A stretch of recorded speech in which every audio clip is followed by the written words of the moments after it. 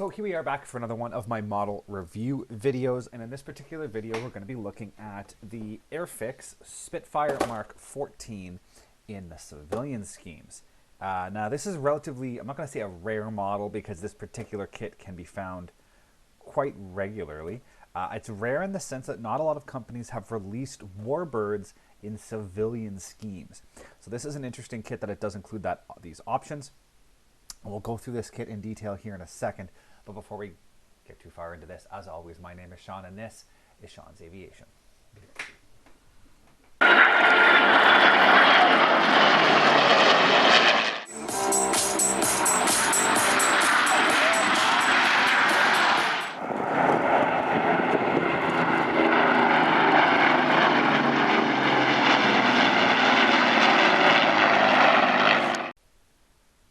And then just before we jump into this kit, I want to thank all of you out there who are watching this video.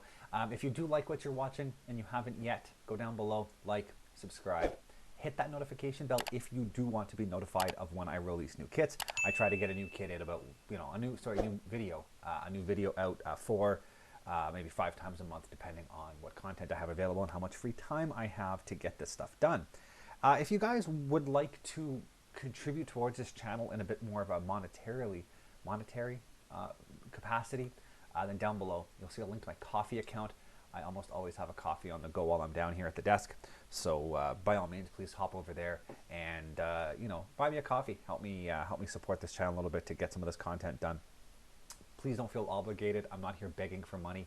I do this because I enjoy what I'm doing, and I like to take you guys along for the ride while I do it. So please don't feel obligated. It's only if you feel like it is something that you would want to do. Other than that, let's jump right in. We'll take a good look at this Spitfire MkXIV civilian scheme. So as I stated, this kit is unique in the sense that it does include civilian schemes for military aircraft. Not a lot of companies have released that style kit. Now, a lot of aftermarket decal companies have provided civilian schemes for military aircraft, but Airfix went along the route and actually provided this in the kit. So we'll jump through here. We'll start by looking at the plastic, then we'll take a look at the instructions, and then we'll take a look at the decals. So it comes in this standard kind of modern Airfix light gray plastic that they've been using. A few of the kits I built from them recently has included this, and it goes together relatively easy. It holds a lot of detail quite well. Very happy. The panel lines are crisp and clean. A little deeper than what you'd like to see in terms of scale. However, I believe it will hold a wash really nice. So if you do plan to weather it, this will, all the details should just pop, which is a nice touch. So here we have, I'm starting, no particular order, by the way. I'm just kind of grabbing stuff off the pile. So this is frame C and includes the upper wing panels. And if memory serves, this would have had the E-wing, which was the standard wing, which had provisions for the 2 cannons, either inboard or outboard, depending on where they wanted to mount them. And then you have provisions for 2 machine guns in the outer wing panels. So that is how this comes. Now, it does not include the ability to drop the flaps. So that is something you'd have to do with an aftermarket conversion if you do wanted this kit to have the flaps down.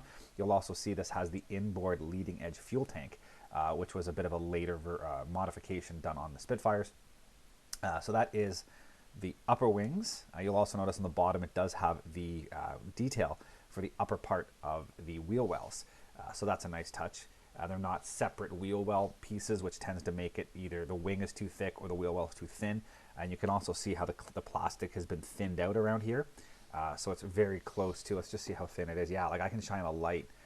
I'll try to see if I can get that. Like you can actually shine a light. It's probably not going to work because of the brightness of everything. But anyways, you can see through the plastic around that wheel well. So it's a very, very thin plastic, which is very similar to how this would look in real life to make it look scale appropriate. So moving on, that was frame C. Next, we will look at frame or sprue, depending on how you want to say it. I don't see a label on this one. That's interesting. Anyways, whatever this one is, it does include the lower wing and a lot of the control surfaces. So we'll start going through here a little bit. So you got the lower wings here again, nice crisp panel lines. Really easy to panel wash this and give it a good look. Plastic is, I mean, it's a little thinner around the wheel wells. It's still a little thick for scale, but it's very difficult to get that appropriately in this scale. You do get 2 separate sets of gear doors, which is something I've noticed Airfix doing recently, which is nice. You get a version if you plan to build the aircraft with the wheels down, and you get a version if you plan to build the aircraft with the wheels up. And that's a benefit because it allows you to use these as masking templates, basically. You can put them in place when you paint, and then you can pop them off and put the real doors in place after the fact. So that's a nice touch, and it makes it a little easier depending on what you want to do. Up or down, it does give you a really easy option to do whichever one you prefer. Across here, you've also got the horizontal stabs, the uppers and lower halves, as well as 2 rudders. The broader chord higher topped, or the smaller, shorter chord lower topped. Interestingly as well, this particular one, the high chord one, actually has the trim tab offset to one side, which is interesting because it didn't have a split trim tab. It should have only had a solid trim tab, so that's an interesting addition. I wonder if that's I'll have to look up online and see if other kits have that, if that's molded like that, or if this is a defect in my molding. I'm not entirely sure. I'll have to do a bit of research and see what I can find. But it's a nice touch that it does have the trim tab angled to one side, similar to how it would be in real life if the aircraft, torque and takeoff and whatnot. So if indeed included, supposed to be like that, it's interesting. It's a little weird. It's got a huge gap on the bottom, and it is split. It might have been a specific modification for that airframe. Again, I need to do a bit of research online, see what I can find. Here you've got the inside of the cockpit tubs, the sides. Easily add the detail to the cockpit, and it's easy to paint. I do have massive sprue gates on the back that'll have to be cleaned up. I'm not sure if you can see how massive those are. These giant sprue gates, excuse me, that are sticking off the back. Bit of an issue with the mold there. I'll have to clean those up. Moving down the side, you've got the elevators. These are the wheel well interior parts to form those. You've got the lower oil cooler intake, the carburetor intake. The carburetor intake for below the nose. The spinner, massive spinner for the big 5-liter prop. We'll see in a bit. Seat. I believe these are some structure from inside, possibly around the point where the instrument panel goes through. I believe those holes are where the rudder pedal tubes fit through. And then you've got your ailerons, and then you've got your main landing gear. So that looks really nice. Again, it's got quite a bit of area here to drill holes in the wings for other versions. I've never really seen a Spitfire carry rockets, but it kind of looks to me as what that is for. It might be from a naval version if the wing is similar to a Seafire. I believe some Seafires would have carried rockets, so that might be what that is for. But again, the plastic is beautiful. It's crisp. No real issues that I can see. Again, I have to research that rudder. Oh, here we go. Look, frame A. Found it. Anyways, I'm sure you guys were out there screaming at me that I was right there the entire time. But anyways, it looks really, really good, and I'm very excited to get into this. Moving over here, we have a smaller one. This is frame D, and this includes all the little detail bits and pieces for this kit. You get a pilot. I haven't checked whether this pilot is scale appropriate or not, but he is very, very nicely molded. Be a nice addition to any other kit if you did want to move him over to a different one. Just work my way kind of through here a little bit. Part of the seat, little bits for here. You got tail wheel doors, the control yoke. I'm pretty sure those are the scissor links for the gear, pitot tube, seat sides, throttle, some other little bits and bobs. There's the cockpit door. There's the leading edge, which I'll get to that when we get to the instructions. You'll see that. That's parts of the seat, seat adjustment. That's the armor plate. Here are your radiator doors, cannons, tail wheels, some of the gears and wheels for inside the cockpit, your radiator housings, your wheel, 3-spoke or 4-spoke wheel hubs. You've got quite a few different wheels, actually. 4 different sets. This particular one here has a bit of a flat spot on it, so I believe these are the wheels you use if you're going to put the wheels up, and it has the flat spot to properly fit into the wheel well because it's not perfectly to scale. And then you've got a diamond tread a square tread, and linear tread wheel. So you get 3 different versions of wheels depending on what tread you want to use, and as well as these ones here for when the gear is up. And then you've got your prop base plate. I'm not entirely sure what that is or that. I'm assuming it's got to do with props and making it spin. I'd have to look at the instructions to get that part figured out specifically. Here, so there was the tail wheel doors closed. There, your tail wheel doors open, depending on which version you choose. You've also got, not entirely sure what that part is. That looks like the rudder pedal control system where the yoke fits in. And you've got 2 sets of exhaust. You've got fishtail and round. So again, depending on the version you build and the details you want to use, you have that ability.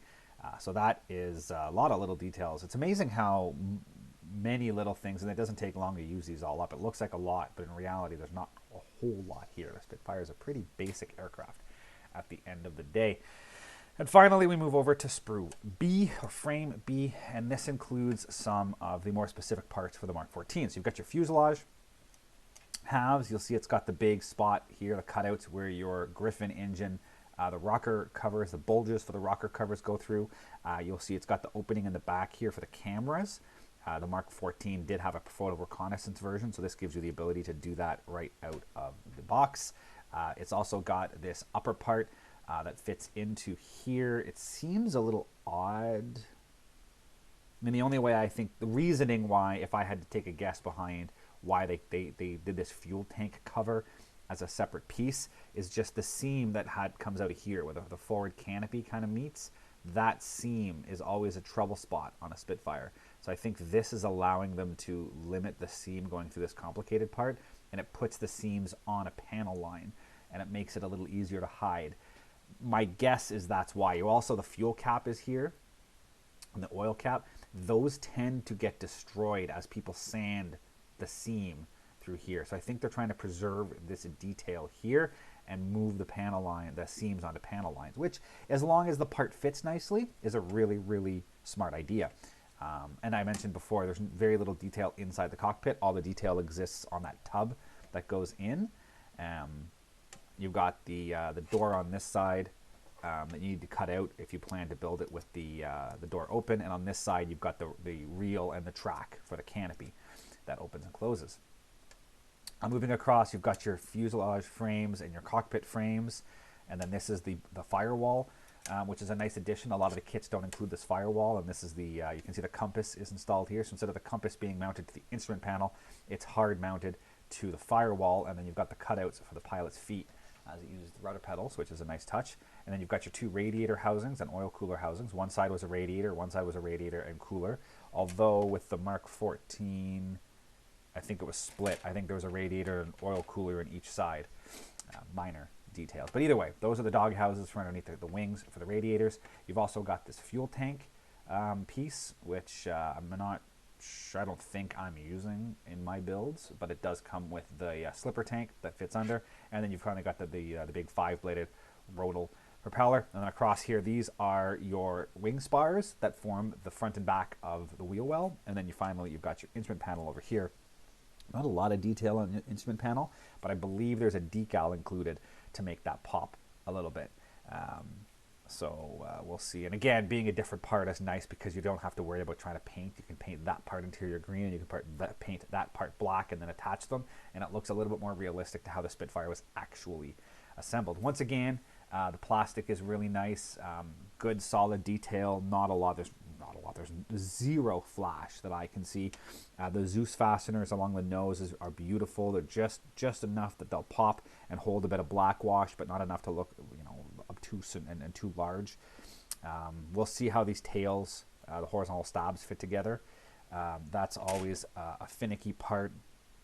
And the one thing I am worried about that I have seen in previous Airfix Spitfire kits, and I just can't tell if this, once I get through the instructions, I'll get a better view of it, is this part right here at the tail. There's a little hole, which usually means you have to put the horizontal stab, once the elevators go in place, as it's a single piece elevator, when your elevator fits into place, there's a little tiny plastic plug that you have to put in to hold everything together, and that plug I have seen from previous builds on other YouTube channels is a real pain. There it is right there, actually, part 55. It's a wedge shape, and the bigger part has to fit in. So it's, you know, it's like a wedge where it can slide in, but because you're trying to pop it in, the wide part, you kind of have to fit in. Anyways, I've seen issues of people in other builds online building with it, so I'm a little weary of that. We'll have to see it when I put it together, if it's just, you know, something I can figure out on my own, or if it's a problem that's going to rear its ugly head and make my life a pain. But other than that, it's really, really beautiful. Everything is super well done, and I am happy with it. Interestingly as well, the gear, the landing gear, seems to attach to this little plug on the fuselage. So instead of going into the wings, it's going into the fuselage. And I've never seen a Spitfire kit designed like that. So it'll be interesting to see if that, you know, makes the gear a little stronger than on other aircraft, on other models, I should say, or kind of how it looks at the end of the day. You know, I'm not against it. It's just different, and it'll be interesting to see how it all goes together. So that is the main plastic. As I said, there's not much to a Spitfire kit. Clear parts come nicely packaged in a separate piece so they don't get destroyed. You get 2 canopies, and if memory serves, one is specifically designed for the open version and one is designed to be closed. And it just allows, it's a slightly different fitting in here. These have these little ridges, and I think the ridges help when you want to have it open or closed. It helps clear the structure there. So that's a nice addition. And then the forward windscreen is beautifully molded again, and not having those weird, like I said, on the fuel, on that fuel tank piece, you'll see these kind of semicircle with the points is part of the plastic, which gets painted the color of the frame, and this doesn't have that, and it's a straight seam, so it's easier to get in there and hide it, and you don't have weird corners that sit on a weird angle. So that's a nice addition. You've also got all of your little lights and windows and stuff in here, the camera windows that go in the rear fuselage. We'll talk a bit about those when I go through the instructions. And then you got clear wingtips. So you can modify this to a clipped wing version. You just cut the tips off the upper wings. The lower wings, the seam exists on the seam, the panel line effectively, where you would remove it. So all you have to do is cut the wingtips off the upper wings. If I were to do it, I would cut them a little proud and then sand mount the 2 wings together and then sand back till they're flush, and then you attach the clear parts to the end, and that gives you a clear landing light on the tip. So again, not much to it. They're a relatively small parts count because the Spitfire is not a very big aircraft and not very complicated. Now, you know, adding, for example, you know, a full engine to this, that would there'd be almost as many parts in a Merlin engine as there would be for the rest of the kit. If you started doing stuff like that, or, you know, with you know, that would definitely increase parts count. But the basic Spitfire is not very complicated to put together. So I'm just going to go through. I have to find my Spitfire decals. I may not have pulled the Spitfire decals out of the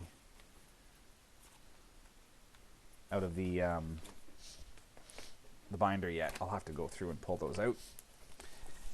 I'll do that in a second. Either way, we'll go through the instructions for now. So the instructions come in the standard kind of Airfix style now of a larger page. Well, it's basically a 2-sized page that's folded and stapled like a booklet. Mine's been a bit miscut. There was a fold in here. You can see the page was folded over when it got cut, and then if you unfold it, the cut was missed. Not a big deal. I'm not missing any of the instructions, but just an interesting artifact. So there are also instructions are done up similar to the recent Airfix instructions, where the previous part that you assembled is marked in red. So here you take the seat and you mount it to the 2 sides, and then here the 2 sides are highlighted in orange, and then you assemble everything. So it's kind of showing you that previous step every time you take the next step, so you can see how everything fits together. It's an interesting way of doing things, to be honest, showing that previous step. But it works. It's easy to kind of see what's going on. So as usual, you start in the cockpit, and it is a cockpit tub. You'll also see it does have you painting the part of it in interior green and part of it in excuse me, like an aluminum or an alclad, depending on how you want to do it. And then you go through, you add everything. It also shows here, well, seats, bulkheads, everything else. Here with the rudder pedals and the control yoke, you do not install the rudder pedals if you're installing the pilot. If you want to install the pilot, you do not install the rudder pedals. And that's a pretty common step with aircraft, just because the pilots aren't perfectly to scale. Instrument panel, as I mentioned, there is a decal that goes on the instrument panel. Give it a bit of extra detail, and then all that gets assembled. And then here you can see the tub being assembled, the seat being dropped in, the firewall goes in place, and then the rear bulkheads go in, and then you finished with a completed cockpit tub. Really easy, actually, for people to take pictures. If you really wanted to get a picture of the construction steps, it's nice because you can see the cockpit. And you'd also install the pilot at this point if that's what you choose.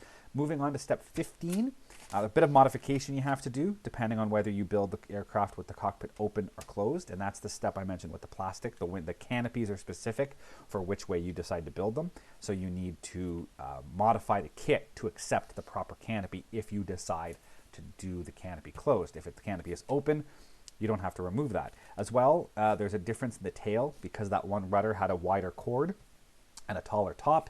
You have to modify the top of the fin if you use that rudder. So just make sure you pay attention to these kind of steps. Otherwise, you'll get yourself stuck into a corner at the end where you haven't prepared the model properly. Moving on to step 16, we're now doing the same thing to the other side of the fuselage, modifying the cockpit area if your canopy is closed, modifying the top of the tail if you are using it, depending on the tail you use, as well as cutting out the door if you choose to do it open. Luckily, they do give you the separate part. You're not expected to reuse the part you cut out. So as usual, I would cut short of what you need and then sand to the panel line and ensure, you know, that it's a nice tight fit and you're not fighting again later in the build trying to make it fit or cutting it too wide and it looks, you know, wrong. So it's always good to take those extra steps if you want to make sure it looks good. Moving on to step 17, you add that forward cockpit, and you can actually see in the drawing there's a panel line, a seam line, where the two halves go together, and this design stops the seams from going through the fuel cap and all that kind of stuff and ruining this canopy. And I think that's why they did it.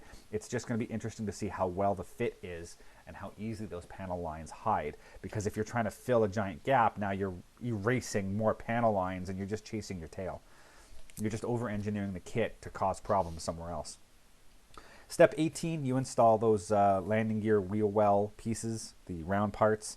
And there's also instructions here to drill holes if you choose to use a stand. I believe Airfix sells a stand, and all of their kits, newer kits anyways, have holes marked in predetermined locations that you can drill out to accommodate that Airfix stand, and then it's easy to mount things to stands.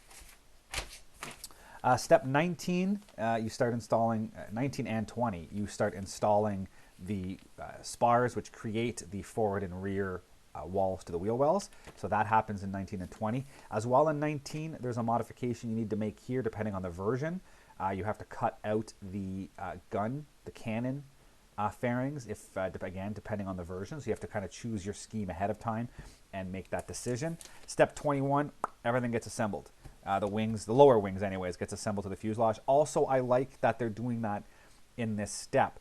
In a lot of cases on kits, they have you glue the wings together and then glue the wings to the fuselage, and you can get a mismatch in the seams.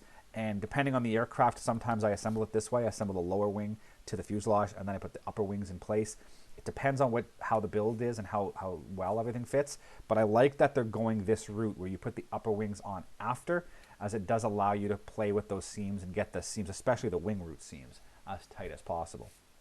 Moving over to step 22, you install those upper wing halves that I just mentioned. As well, there is some modifications you have to do depending on versions. Again, the cannon fairings on the upper halves have to be cut out, as well as the wing tips if you decide to go with a certain scheme that requires the clipped wings. So that's all something that you need to think ahead. And again, similar to all the other modifications, is cut wide of what you need and then sand down, especially where you're cutting out the cannon fairings and then you are mounting a plug. Your best bet is to cut short, leave yourself a little extra plastic on the wing, and then use the plug and sand it down so it fits, and that way you're not fighting with massive gaps if you overcut while you're doing it. 23, 24, 25, 26, you're assembling the horizontal stabs and the elevators, and here is that part I was talking about before. I'll zoom in here a little bit so you can see. So you can see here where you install the horizontal stabs, and then there's this plug that fits in it and kind of locks the stab in place. And the plug is, think of like a not a dado, a rabbit. So it's basically like it's angled, and then the opening is angled. I'm going to draw this out because I'm sure everybody out there actually understands what I'm talking about, but either way, just for clarity's sake, I'm going to draw it out. So the plug is shaped like this, right? And then you can't even see what I'm doing. The plug is shaped like this, and then the opening in the kit is shaped like this, right? And then the horizontal stabs run through here, and this piece is supposed to fit in and lock. You can't drop it in from the top of the bottom, so you're trying to squeeze this wide section through this small section, and it gets a bit finicky. Now again, I have no first-hand experience on this. I'm just going off of what I've seen on other reviews of this kit, as well as build logs. As I get to that point, whenever I get to that point, especially in the time-lapse video for this build, that will be coming out months and months in the future. But if you guys do have this kit and you want to see, I'll make sure I make a point in the time-lapse of specifically talking about that issue and how well it fits. Moving down to 27, you put the rudder on. Again, depending on what rudder you use, is how you install the top. Now, I just answered my own question about the rudder, because in the instructions, if you look, the rudder specifically shows that angled trim tab. So that must be something that existed on the real airplane. I'm just not entirely sure why it would have been designed like that, other than maybe making it easier for a civilian to fly. I'm not sure. But either way, that looks like a part of the kit that was designed to look like that. Moving over to step 28, it's a simple one. You glue the ailerons on. 29, you're gluing the carb intake together and gluing that in place. 31, 32, you're assembling the radiators, mounting those in place, as well as the exhaust gate, and you can choose whether you want them open or closed. Again, most Spitfire kits have that option, but it's a nice touch. 33 is the same thing for the other side. 33 and 34. 35 is installing the windows. Now that is where you again have to do your research and see whether the version you're building has these windows. As this does include pretty much everything you need to build a war version. Excuse me, a war version of the Mark 14. You could use aftermarket decals and make a combat version of this aircraft, and that's where you need to make that decision about whether you need them or not. If your version doesn't have them, you still install the clear part, but then you just sand off the ridges and you use some putty to fill the hole and you sand it smooth, and you end up with a filled-in area that doesn't have it. Now, that being said, it really wouldn't have been hard for Airfix to include just blank plastic inserts versus using filler to fill it. Because if you wanted to do, for example, an alclad finish, then sanding and putty does not necessarily work well to an aluminum finish. So it's a little odd that they chose that, but at the end of the day, it's not horrible. It's an easy fix to do. So moving on to step 36 is where you assemble a lot of the little things. Now again, it depends on what version you do. One version has the cannons mounted, the other version doesn't. So there's these plugs, as I mentioned earlier, that fill the holes that you cut when you cut the cannon fairings out. As well, because this version has the clipped wings, you have to install those clear parts on the wingtips. So that all happens here in step 36. 37, if you choose to build it with the wheels up, you utilize the parts that I talked about, the specific gear doors and wheels and the tail wheels closed. And then if you decide to build it with the wheels down, the next couple of steps include that. So 38 is building the left-hand gear, and 38, 39, and then 40 and 41 is building the right-hand gear. And as I mentioned, the gear clips into the fuselage, which again, I've never seen before, but I'm assuming makes for a really strong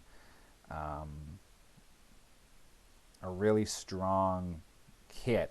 I'm very curious when it's all assembled how strong that gear really is. 42, 43, you pick the tread. In this particular version, you need to use the diamond tread, and as well you get the 3 and 4 spoke wheel wells, and in this case both versions have the 4 spoke? 4 spoke. No, 3 spoke. So you use the 3 spoke on this version. So again, it depends on what you're building, but you have that option if you so choose. 44, you're gluing in the wheels, pitot tube, some of the little antennas under the fuselage, as well as the tail wheel with the open tail wheel doors if you're building it with the wheels down. 45, you're installing the exhausts. Again, do your research. Make sure the version you're building actually is the right exhaust. There's round and the fishtail, so take the time to do your research. We're moving into the last steps here. So step 46, 47, 48 is the prop. And as I suspected, those parts were designed to allow the prop to spin. And you can see how it's basically the prop, the fuselage plate that goes in place. You assemble the prop, then the prop drops on, and that the inner piece does not get glued. So there's a plate and a cap, and the inner shaft freely sits in there. And then when you glue the prop onto the shaft, you don't glue it to the plate. The plate's glued to the fuselage. You get a spinny prop. I'm not going to do that. I don't like spinny props, but the option is there. You've also got the gun sight and a few of the little pieces that go behind the cockpit. Step 50, you're assembling the cockpit. Again, if you're going to do cockpit closed, you use this particular version with number 1 canopy, and it fits closed because you've modified the fuselage to accept it, or you do E2 and it's open because you didn't modify the kit and it fits better with it open. So those are where you need to take the time to do the research and make sure it's done right. You also glue the door on at this point. You could always do that at the end as well. And then we move on to the schemes. And there's 2 schemes included. The first one, version A, is G-Fire, and it was owned, I'm not actually sure who owns it, but it was a privately owned Spitfire flown in this beautiful red scheme in England in 1988. It said it, just as a note, it did mostly flew with the 4 gun barrel fairings fitted. This kit only contains 2 gun barrel fairings. It is recommended that for more experienced modelers who wish to fit all 4, the inner ones can be fabricated using plastic rods. So basically the same, the kit only includes 1 cannon fairing. The aircraft usually flew with all 4, so you need to either produce them or just live with it the way it is. You know, it's up to you which way you decide to go. But the aircraft itself is overall gloss red, and then you've got the white and blue stripes with the registrations and the props. I'll show you how all of this works with decals. The decals are really, really well done and make life really easy for those who choose to go. So I'll show you those in a second. But that is option A. Option B is the option I'm going with, and is the main reason why I bought this model. So it's a Mark 14. It's a Canadian registered one, CFGMZ, and it's from 1949. And it was actually brought into Canada as an air racer. So it's got the clipped wings. It's got a racing number on it. It's all over. Now, I'm going to use Alclad because the actual aircraft would have been all over unpainted aluminum. And I'm going to do a little bit of, like, you know, panel variation just to mix and match a little bit. Things like the gear doors and the radiator housings and some of these panels on the wings, you know, the fuel tank pit door. They're all going to be a slightly different shade of Alclad. And then the elevators and rudder, which are fabric covered, will be painted aluminum, whereas everything else that's metal will be Alclad. And then it's got this beautifully blue propeller spinner on it, as well as these really interestingly, like, angled prop tip decals or markings. So it's really, really cool. And they're all decals, so it makes life really easy to make these to get this right. So that's going to be what I end up doing. It's a really interesting scheme. This airframe actually still exists. It's currently owned. I'll put a picture up on the screen here of what it currently looks like. It's currently owned by a gentleman out west in the Vancouver area, Bob Jens. He flies it. He's had it restored as a standard. Sorry, I'm just going through to get the decals out. As a standard Mark 14 with the regular wings, not the clipped wings. It has been modified back to regular wingtips over the years, but it's a beautiful aircraft, and it's not flown in this anymore. It's painted up in camo colors and whatnot. It hasn't flown in a number of years, but technically is airworthy, and it does still exist. But it's a really cool scheme. The racing scheme, the lightning bolt, it was sponsored by Imperial Oil. I mean, I used to work for the Esso Avitat brand, so I used to work theoretically for Imperial Oil, Esso Aviation, so it's kind of cool that there's all these connections together, and I think it's a really, really cool scheme. So that's the one I decided. That's why I bought this kit, was basically for this scheme. So that is the plan. Now, actually, I'm going to keep this open because I want to go through the decals. So here's what you get in the decal sheet. So you get here the instrument panel decal, and then the upper part is all for the Canadian version. So you get these beautiful lightning bolt stripes with the Canadian red. You've got the racing number, the registration on the tail. Here are the prop tips, the decals for the prop tips. So again, it's super easy to get the prop tips done. You're not trying to hand paint everything. And then you've got your Imperial Oil logo that goes on the nose and everything like that. So really, really, really nice. And then for G-Fire, the red and white one, you have here your fuselage stripes. You've got your wing stripes, which you can, as a decal, it's really easy to line up. There's no mess with masking and everything like that. You get your wing registrations. You get your fuselage registrations. I'm not sure what 20 and 21 are for. Oh, okay, those go around the canopy. There's little dotted lines that go around the edge of the canopy, probably like a cut here line.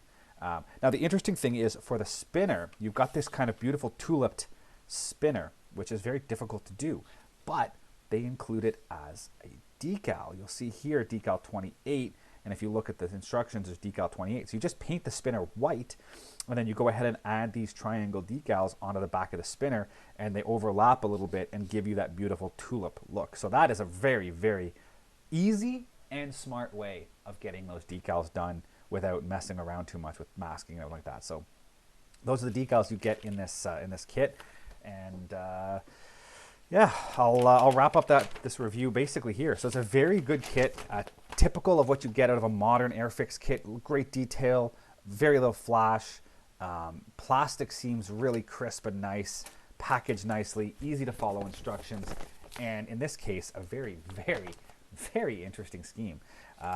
So I want to wrap it up here. So thank you everybody for watching this video, and stay tuned for some more content. By the time this video gets released, I've probably already started construction. So if you are interested to kind of start to see some of the progress on this, keep an eye out on the What's on My Desk monthly updates, and you can see how things are going with that. And on that note, we're going to sign off. So thank you all for watching. Thank you for watching, guys, and as always, if you are interested in any of the content you see, you can access my website at www.seans-aviation.com. You can see all the latest pictures of aircraft and museums and the build logs of all of my current models and past models on that site. And if you're interested in any of this content, please click the subscribe button here on YouTube to follow more. Thank you very much, and see you guys next time.